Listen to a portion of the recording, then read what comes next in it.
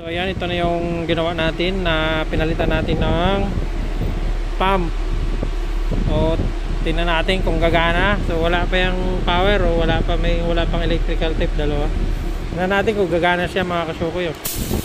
Uy! Yun o, sunod-sunod nagana dito sa remote. Yun o, ang ganda ng buga o. Ba, nagpapago, pag. Oh. Bago yun. Bago, ganda ng motor mga kasukoy, kaya panalo na tayo dito. Ay, nabili mo na kuan? Ayan o, patay lamok dito.